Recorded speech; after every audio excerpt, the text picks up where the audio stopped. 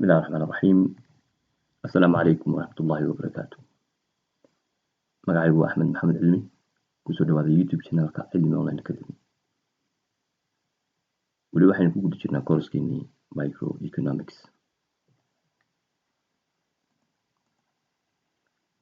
buugga aynu tixraacayno waa buugga Barkin Microeconomics ama Foundations of Microeconomics.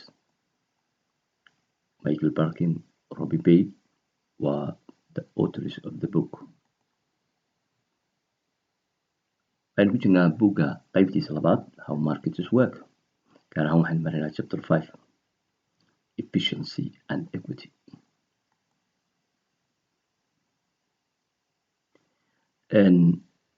cashirka maanta aynu qaadanaynaa waa cashirka 6aad weeye ee Chapter 5. already waanu sheegnay waxay tahay efficiency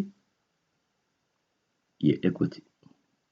labadaasi arrimood adiga goor waxaynu nidhi way iska soo horjeedaan ama suuragal maaha in lagu guuleysto efficiency iyo equity labadaba isku mar. waxaana la xidhiidhaa baanu nidhi waxyaalaha public policy-ga la yidhahdo. waad aragtay xisbiyada, labada xisbiya Mareykanka ee dimuqraadiga iyo republicanku, labadan arrimood way ku kala duwan yihiin haddaad eegto philosophy-ga ama ideology-da ay isticmaalayaan iyo process-kooda. qolada republicanku hadii goor waxay ku dadaalaan efficiency in private companies-ka iyo individuals-kuba resources-ka in aada looga faa'iideysto. ganacsiga iyo free market-ka iyo aada u tixgeliyaan ama business people-ka. halka equity-gana nimanka la yidhahdo dimuqraatigu ay jecel yihiin in dadku dhaqaalaha iyo resources-ka u sinaadaan, dabeedna business-ka iyo individuals-ka cashuur badan bay saaraan. marka midna waxa weeye dee dhaqaalihii sidii uu u shaqayn lahaa, wax soo saarka ugu badan loogu guuleysan lahaa, wax soo saarka loo dhiirigelin lahaa, ganacsiga loo dhiirigelin lahaa si loo soo saaro maximum production, si wastage-ku u yaraado. qolina waxay leeyihin may dhaqaalahan badan ee soo baxay resources-kan, goods-kan iyo services-ka waa inay dadka wada gaadhaa. marka had iyo goor waxyaalaha social-ka la xidhiidha waa social public policy wey. equity-ga ay xooga saaraan nimanka dimuqraadigu. labadaa fikradood ee kala duwan ama labadaa concept ama labadaas philosophy bay kala qaataan. waxaynu ka hadalnay cashirkeeni ugu dambeeyey waxa la yidhaha consumer surplus. consumer surplus waynu soo saarnay individual demand iyo market demand baynu kala saarnay. kadib dabadeedna consumer surplus wuxuu yahay baynu ka horey. consumer surplus waxaynu nidhi waa area under the demand curve, under the demand curve, area under the demand curve above the price. areadaas waxaa la yidhahdaa consumer surplus. line-kaas casad arkaysaa waa market price-ki weeye. waxaynu nidhi marka qiimihii suuqa uu ka marayo ee ay dadku wax ku iibsaneen waa $1, laakiin consumerskii qaar baa waxa weeye halkaa $1 ay siisteen actually ay bixiyeen. qaar baa jecel inay ku iibsadaan 1.5 to 2.5, laakiin maadaama 1kaa laga siiyey waxaa leen markaa surpluska see helay. that means marka waxay actually what they pay iyo what they were willing to pay, waxay rabeen inay ku iibsadaan iyo actually waxay bixiyeen intaa u dhaxaysa ayaa waxaa consumer surplus. maantana waxaynu eegaynaa producer surpluska. supply cost and minimum supply price. The cost of one more unit of a good or service is its marginal cost. Cost of one more unit of a good or service waa marginal cost. waxa weeye the cost of producing one more unit. That's the other one more unit soo saar, how much it costs to you, which we measure as the minimum price that the firm is willing to accept. taasna waxaynu ku measure garaynaynaa qiimaha ugu yar ee qiimaha ugu yar ee producerku uu aqbalayo. waayo waxaad ogtahay haddii goor dee shirkadu markaad wax iibinayso minimum waxaad ogoshahay in wixii ay kugu joogeen inaad wax ku iibiso. marka the cost of one more unit of a good or service is its marginal cost, which we measure as the minimum price the firm is willing to accept. cidna ma rabta inay koskii ay ku joogtay wax ka yar qaadato. ugu yaraan waxaad ku dadaalaynaa oo shirkad kastaa doonaysa inay at least iska farkarayso wixii ka galay iyo qiimo.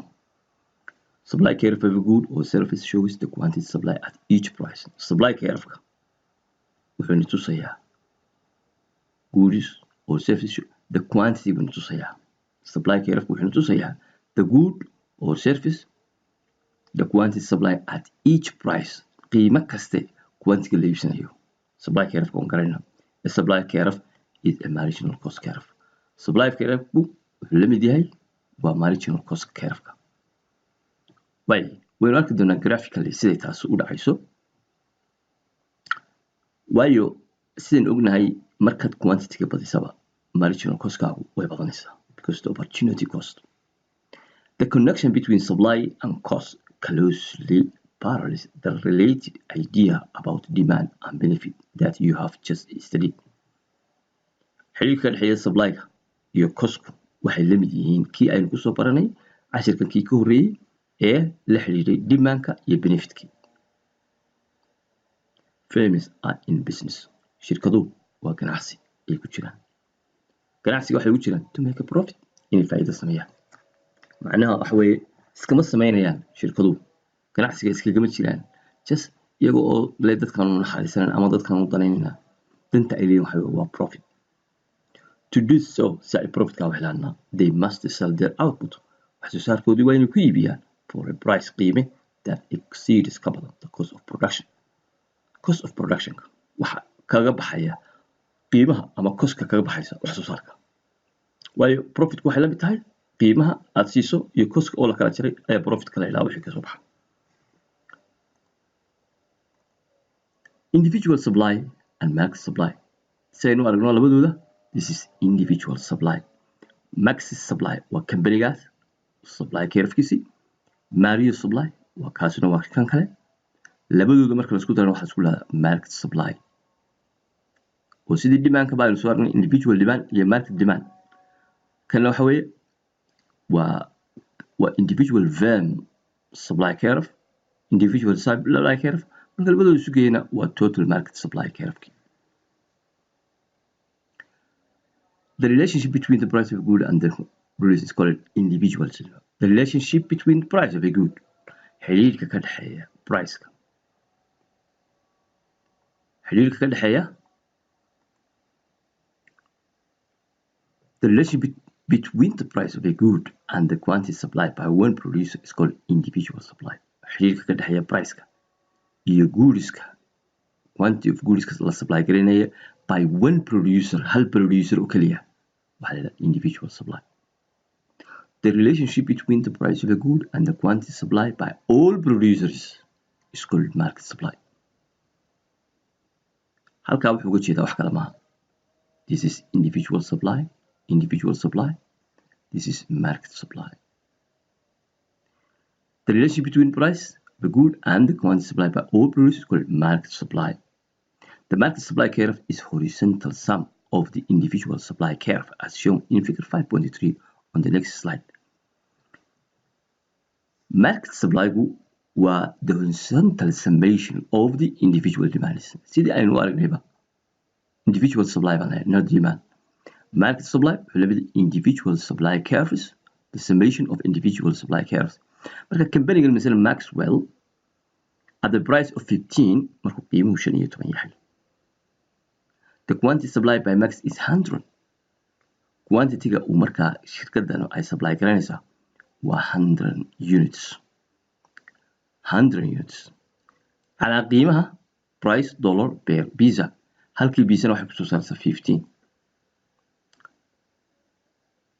Okay, and the quantity supplied by Mario is 50 cents. Is $50 yeah? No, 50 cents buu jitaa baa filaya yeah? Okay, and the quantity supplied by Mario Mariana 50 ayuu ku soo saarayaa 50 units wuxuu ku soo saarayaa isagu at 15 kana 100 ayuu wuxuu ku soo saarayaa 15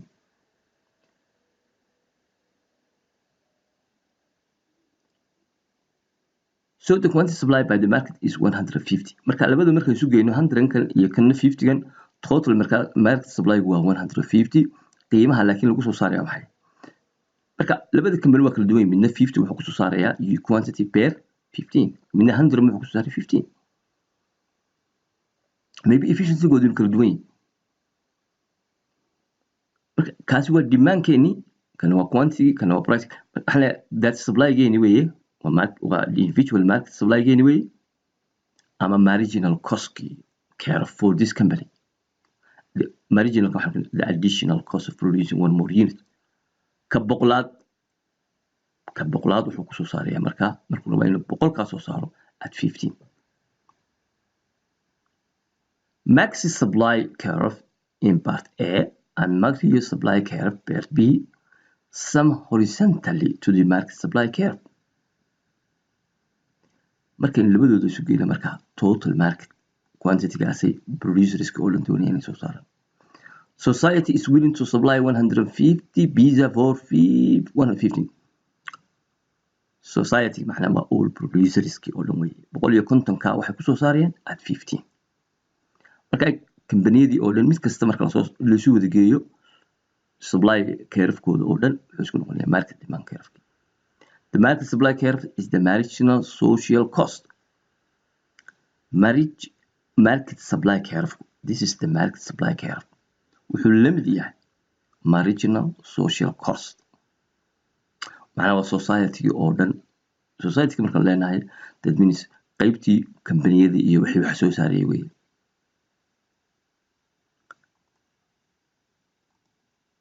producer surplus maxay tahay hadaba producer surplus is the price of a good minus the marginal cost of producing it summed over the quantity sold producer surplus ku dhaxweey price-ka of a good marka qiimaha shaygii laga jaro marginal cost-kiisii dibadna la isu wada geeyo kambaniyadii oo dhan kambaniyada summed over the quantity sold quantity-ga la iibiyay oo dhan marka la isu wada geeyno producer surplus is measured by the area below the price and above the supply curve inta muhiimku waa ka producer surplus-ka waxaa lagu helaa areada ka hooseysa price-ka above kana sareysa the supply curve up to the quantity sold ilaa iyo quantity la iibiyay next slide-ka ayaan ku eegnaa what is the producer surplus producer surplus is the area below the price above the supply waa intaa kugu muujinaya halkaa intaa this is the supply curve ama marginal cost-kii this is the price intaa u dhaxaysa areada yar ee light blue-ga ah waxaa la yidhahdaa producer surplus okay isagu allahumma salli calaa maxamed kaasi waxa weeye markaa waxa weeye maxis producer surplus kana intaasuu haystaa Mario producer surplus kaasuu haystaa because isagu wuxuu aqbalaya inuu qaato halkaa allahumma salli calaa maxamed isaga intaasii ku joogta halkaa graafka aad arkaysaa waa intii ku joogto kontonkaasu waxay ku joogtaa 10 boqolkaasu wuxuu ku joogaa ka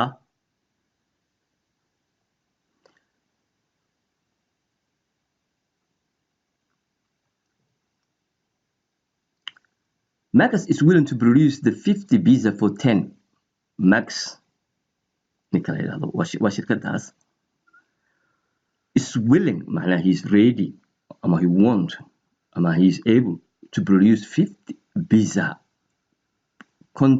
kontonaad ee pizzada kontonaad wuxuu ku soo saarayaa $10 waa ka halka this